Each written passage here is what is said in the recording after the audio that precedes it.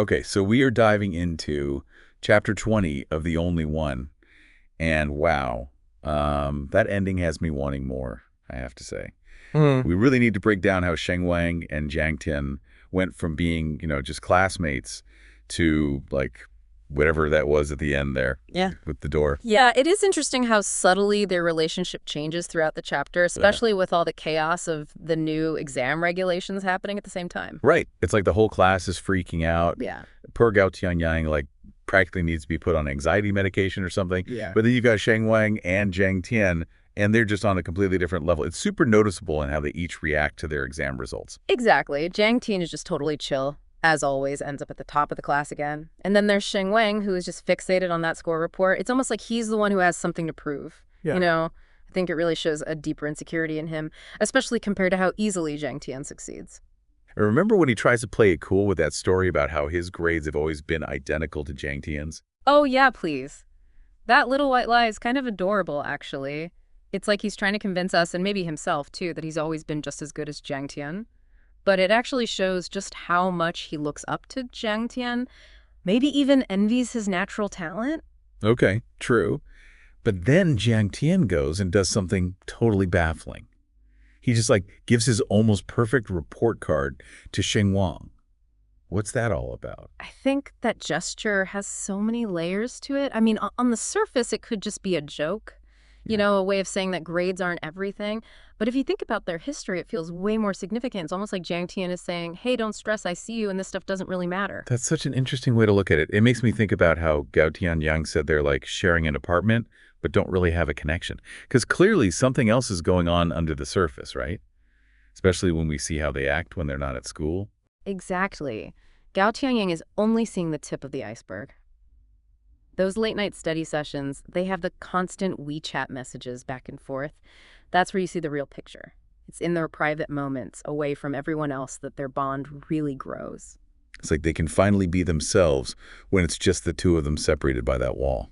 And about that wall, I find it to be incredibly symbolic. It's like a barrier, but also a connection. It separates them physically, but it also represents this shared experience they have, both of them staying up late, studying, working towards their goals, and knowing the other one is right there with them.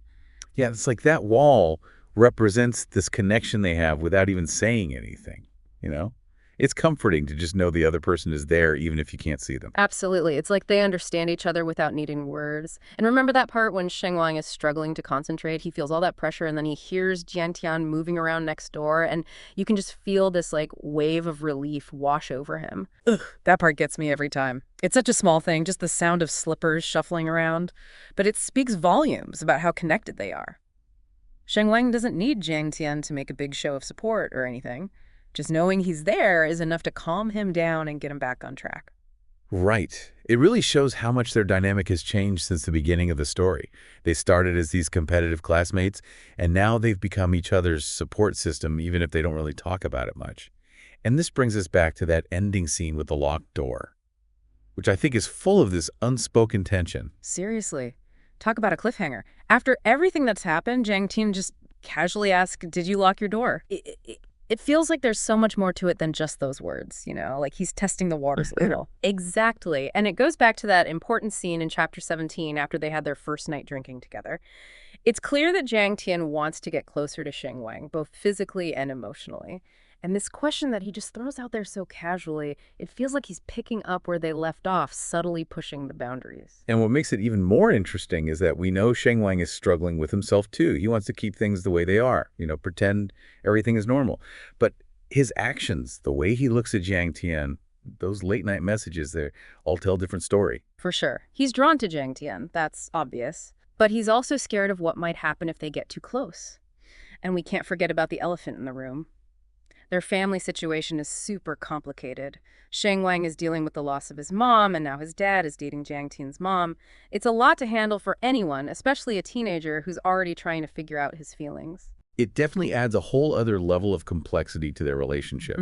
It makes sense why they seek comfort in their own little world, away from their classmates and the expectations of their families. Speaking of that, did you notice how they're the only ones who don't rush to the cafeteria with everyone else at lunch? They're content in their own bubble, happy just being around each other while everyone else is going crazy. Totally. And the way Sheng Wang describes their walks to the cafeteria, walking under those sycamore trees, it just feels so peaceful, like a calm moment before things could get messy.